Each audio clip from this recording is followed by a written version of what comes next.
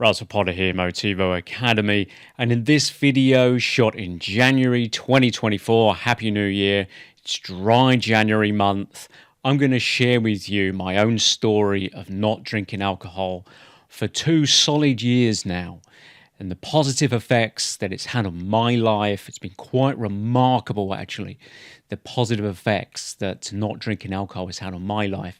To give you a little bit of inspiration, a little bit of motivation for your dry January, I really recommend not drinking for at least 1 month. And I'm going to share my story with you now.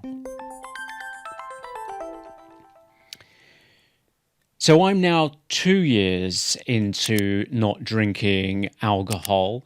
And for you, if you're doing a dry January, you're thinking about doing a dry January, again, I want to try and give you some inspiration because the positive effects it's had on my life are absolutely miraculous.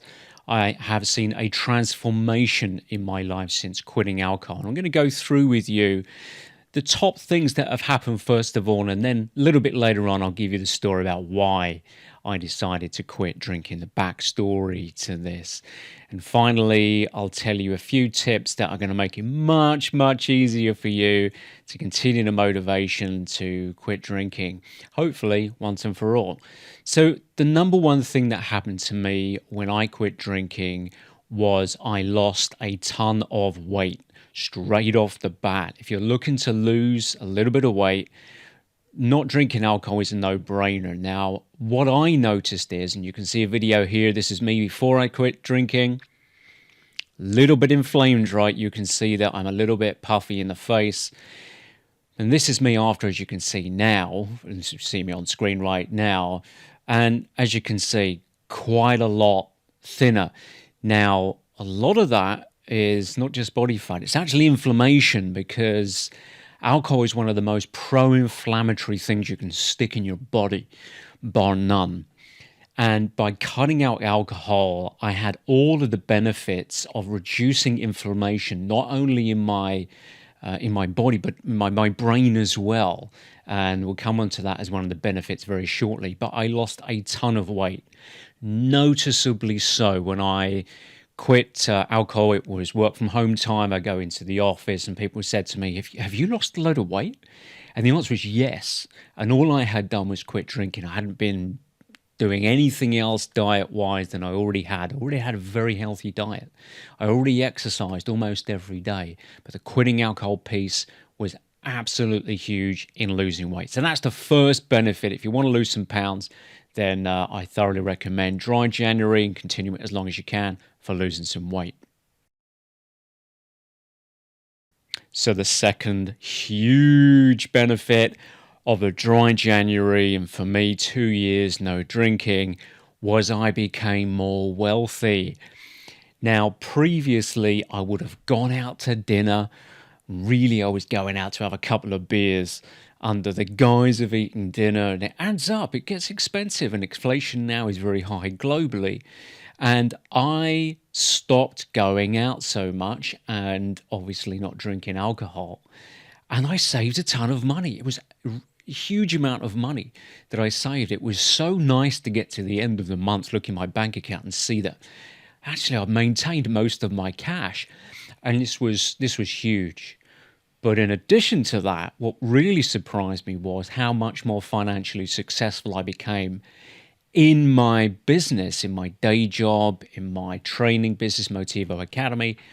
I became much more wealthy and successful, and it was linked largely to having more energy, which we'll talk about shortly, having much less anxiety and low mood, and having just being in a better place to attract clients, to having more energy, to be more productive, to create things. It was transformational. So not only did I spend less, I actually produced a lot more, and this increased my wealth significantly. Last year, 2022, was probably the most successful year of my life financially, in terms of all of my productivity really paying off, deepening client relationships quite significantly, being more engaged, and this was largely linked to my mood being better and having more energy. And this was a real transformation. And if you're looking to increase your wealth, I can absolutely recommend quitting alcohol was transformational for me. The third huge difference for me was better relationships, much better relationships. Now, backstory a little bit to why I quit drinking. My partner noticed on the weekend, she said, "You know what, Russell, you go drinking during the week." And I was never a heavy drinker. I want to quickly say that.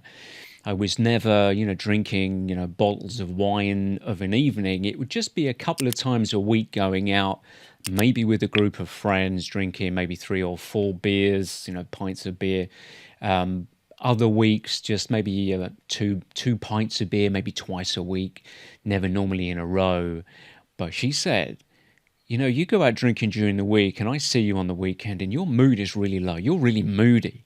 And I always ignored it until I tried not drinking for a little bit and she noticed. Now, I hadn't told her, but she said, "You know what? Your mood is much better." And it was the drinking. And what I had never realized was how subtle the change in mood from just drinking 2 pints of beer on a Thursday would have on my behavior and my mood and those around me at the weekend. And it was profound. Now, I grew up with an alcoholic mother, so I never really thought that a couple of beers twice a week would be particularly, that much of a problem, but actually it was. And it was noticeable and it had a transformational effect on my relationship. And not just on that relationship, but on all of my other relationships too. Because rather than going out drinking with mates, I was now inviting my friends who I wanted to stay in touch with for coffees instead. Coffees in the morning, lunches, these kind of things. And the conversation was just more valuable, much deeper, much better conversations. I was able to be present for my friends, to give them the best of me rather than drunken, rambling conversations. And even if, just on a couple of beers, we might not think we're rambling, I can tell you from not drinking and going out with friends who are drinking, it's rambling. Make no mistake, it's low quality company. And in addition, the relationship with my son became better. I was more proud of it. The self-respect of not drinking in front of my son, even if it was a couple of beers, demonstrated the kind of values that I wanted to espouse to my son, and our relationship got a lot better. And I hope he respects me a lot more as a result of not drinking in front of him. And I'm a little bit ashamed that I drank in front of him ever, to be honest with you, because it's not the role model that I wanted to be. So relationships all round, vastly better. I cannot state this enough. And the respect that you gain from colleagues, from friends, from being a non-drinker, from going out and not drinking and being much better company is immeasurable. I'll quickly riff on that and tell you that one of the things that puts a lot of people off from quitting alcohol is the fear that if you go out and all your mates are drinking, that you won't fit in. I was really surprised how supportive friends were about not drinking, and actually I was very surprised how many other people wanted to quit drinking, because we would go out for dinner in the evening and I'd say, "Look, I'm not drinking at the moment, but please go ahead." And they said, "Actually, you know what? I don't want to drink either." It was surprising how many people didn't really want to drink and felt that actually being around somebody who wasn't drinking was a great reason for them not to drink as well. So you'd be surprised how many people will join you in not drinking. And that was another revelation that I can share with you. Okay, the fourth big thing is mornings were just easier. They just got easier and easier and easier. One of the reasons that I quit drinking is I was losing my memory. I had about 2 or 3 weeks of just going out pretty much almost every day because friends were in town. I live in Tokyo. People like to travel here and come and see me. And there was a lot of client stuff going on at the time. And I was drinking quite a lot, quite frequently, and I was starting to lose my memory. Now, I have a genetic predisposition to dementia, as I found out from a gene therapy test, and from a gene test rather. And I was a bit sensitive to it. And at the same time, a science paper came out that had proven beyond a doubt, any reasonable doubt, that more than 2 beers in an evening knocks out your brain cells and makes you more prone to dementia. So I was very keen to slow down, quit drinking if I could, but I was very, very aware of that. What I noticed when I quit drinking was my mornings were just a lot easier.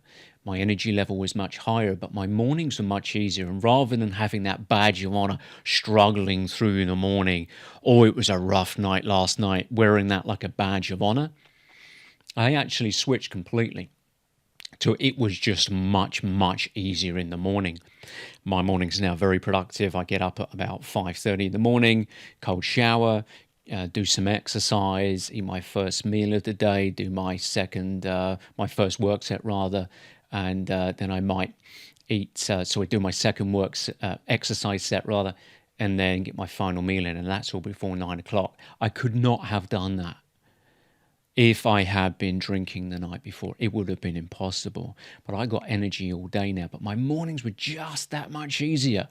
And the analogy I like to give on this is, imagine waking up, shooting yourself in the foot, and then trying to go and run a marathon.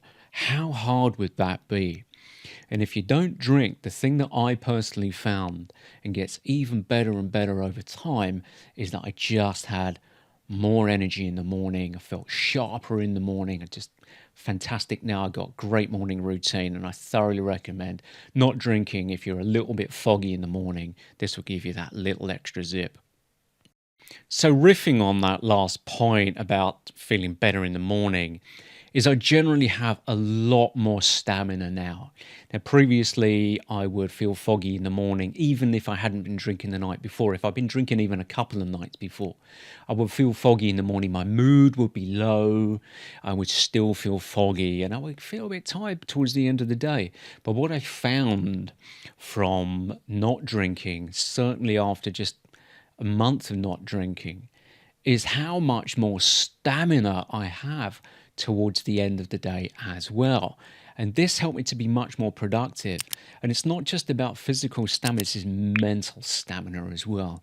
Not getting tired, still feeling energized, feeling very optimistic, still feeling very empowered all the way through the day to create great things, to create videos, to create training courses, to go that extra mile, to do the things that maybe you normally would procrastinate around. That all faded off pretty quickly after not drinking. So you'll get that extra zip, and probably the reason is that alcohol is a depressant.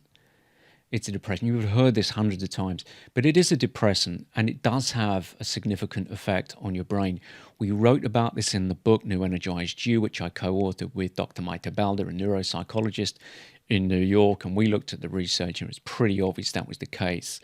And I not committed to quitting drinking after writing the book, but it was always on my mind that I can't be hypocritical and continue to drink whilst I've given this advice. And man, what an effect it had on my personal energy. I cannot recommend it enough. So that was a huge benefit. So there were the 5 big benefits that I had to not drinking alcohol.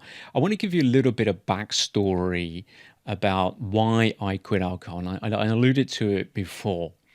So I had a gene test done, and you can get these things done, pretty cheaply these days. And it showed that I was a candidate for early dementia. I got a certain couple of gene mutations, which means I'm a candidate for early dementia. But that doesn't mean that you're going to get dementia. It means that if the environmental conditions are in place, then you might well get that gene expressed in that way. So I was a bit cautious about things that might impact dementia. And at the same time, I have a compressed heart because I have pectus excavatum, presses my heart against my spine. So I was also a little bit cautious about inflammation in the body. And the more I learned about alcohol, the more I realized that this is something that causes inflammation in the body, and therefore is also likely to impact dementia, and is also likely to give me some problems with my heart. As I mentioned as well, I started to lose my memory, forgetting names, just forgetting simple things, and feeling really foggy. And it was pretty obvious. I'm not a tall guy. I'm only 5'7" and a bit, and I found I was getting hangovers as well. Now I'm 48 years old, I think, 48 years old, and I started to get hangovers as well. And I realised my body was telling me something. It was telling me alcohol doesn't agree with you. And I should have known that because my mother was an alcoholic. It certainly didn't agree with her, although she could knock back a litre of vodka a night. But it clearly didn't agree with her either.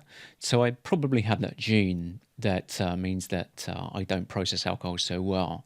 And I read the signal to my body, and I decided after, as I said, a couple of weeks of drinking quite heavily, that I didn't want to do this anymore. I needed to just do something about it.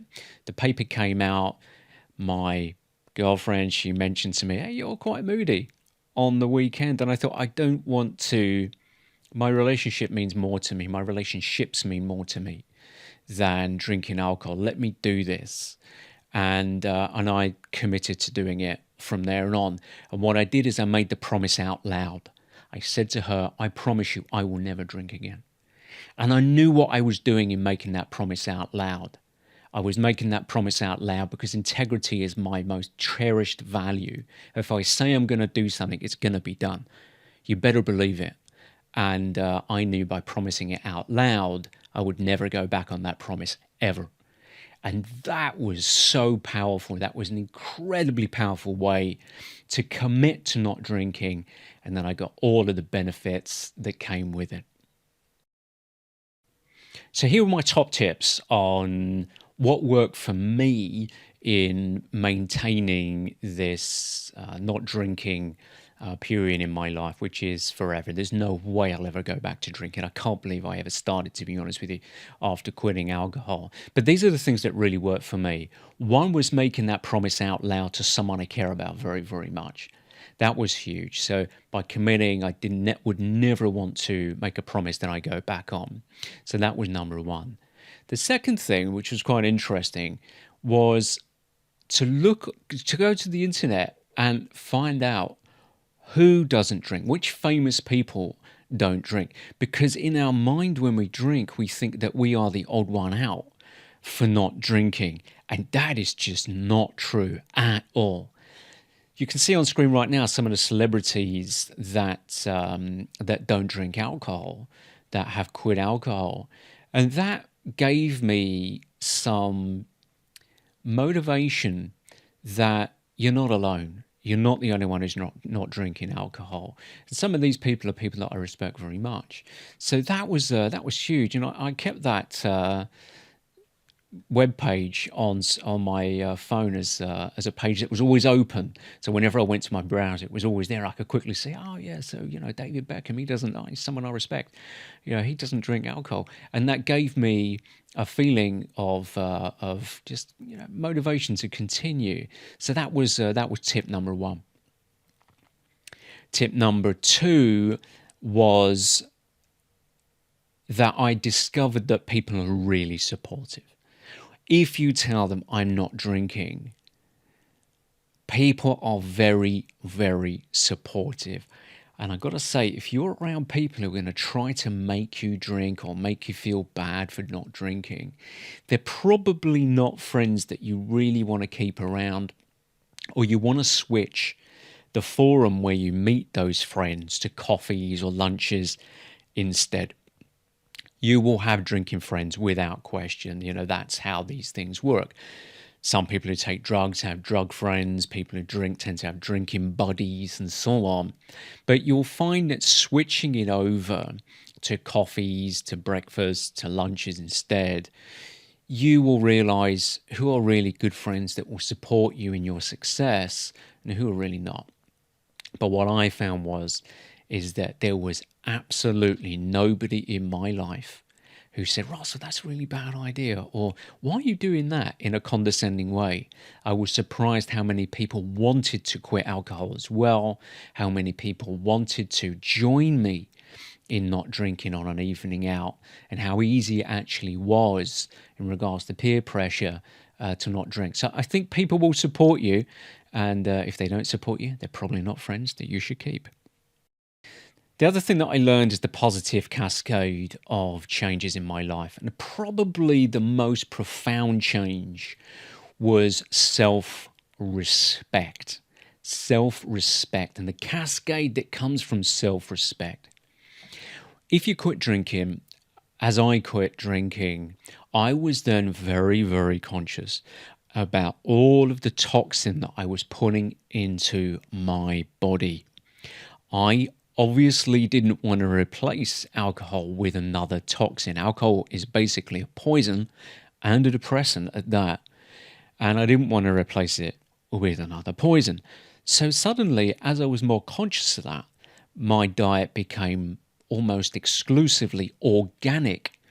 I was eating only organic vegetables. I was trying to source grass-fed meats, which is both of which you should do anyway. But I was more conscious of what I was eating. Then I quit sugar. I cut out all sugars. I have a complete sugar addiction, without question. I would crave cookie in the morning, just as I would crave a beer at about 4 o'clock in the afternoon. Early signs of alcoholism and addiction. But I would crave sugar, and I quit sugar. And because I had quit alcohol, it was easy to also go through the same process of quitting sugar as well. I'm now on a ketogenic diet. I've lost even more weight. I've never felt healthier in my life. My skin is just better. I've lost a ton of weight, even more energy than I had before. I'm not recommending a keto diet. It's not my job to give you diet advice on these kind of things. Work with your doctor on that kind of stuff. But what I can say is the cascading effect, the positive effects, and how that radiated throughout certainly my dietary intake was profound. And that in turn has had a big effect on my mood, because ketogenic diet has a big effect on your mood. It makes your mood more stable. I feel great. I've never felt better in my life.